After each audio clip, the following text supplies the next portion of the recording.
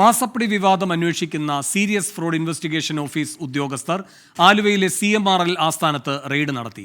SFIO deputy director M. Arun പ്രസാദിന്റെ നേതൃത്വത്തിലുള്ള സംഘമാണ് കരിമണൽ കമ്പനിയിൽ പരിശോധന നടത്തിയത്.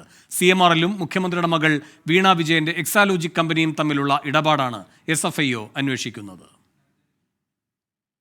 രാവിലെ 9 മണിക്ക് CMRL ആസ്ഥാനത്ത് ആരംഭിച്ച റെയ്ഡ് 4 മണിവരെ നീണ്ടുനിന്നു. മുൻകൂട്ടി അറിയിക്കാതെ എത്തിയ അന്വേഷണ സംഘം രേഖകൾ പരിശോധിക്കുകയും ജീവനക്കാരുടെ മൊഴിയെടുക്കുകയും ചെയ്തു. കമ്പനി ജീവനക്കാരോട് മൊബൈൽ ഫോണോ ലാൻഡ് ഫോണോ ഉപയോഗിക്കരുതെന്ന നിർദ്ദേശം നൽകിയ ശേഷമാണ് പരിശോധന ആരംഭിച്ചത്. നിലവിൽ പ്രാഥമിക പരിശോധനയാണ് SFIO നടത്തുന്നത്. ശേഷം സമഗ്രമായ റിപ്പോർട്ട് കോർപ്പറേറ്റ് മന്ത്രാലയത്തിന് കൈമാറും. കേസെടുക്കലും ചോദ്യം ചെയ്യലും തുടർന്നാകും നടക്കുക.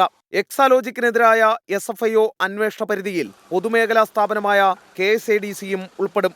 അതേസമയം എക്സാലോജിക്കിനെതിരെ നടക്കുന്ന രജിസ്ട്രാർ ഓഫ് കമ്പനീസിന്റെ അന്വേഷണം സീരിയസ് ഫ്രോഡ് ഇൻവെസ്റ്റിഗേഷൻ ഓഫീസിന് കൈമാറി അടുത്തിടെയാണ് ഉത്തരവിറങ്ങിയത്.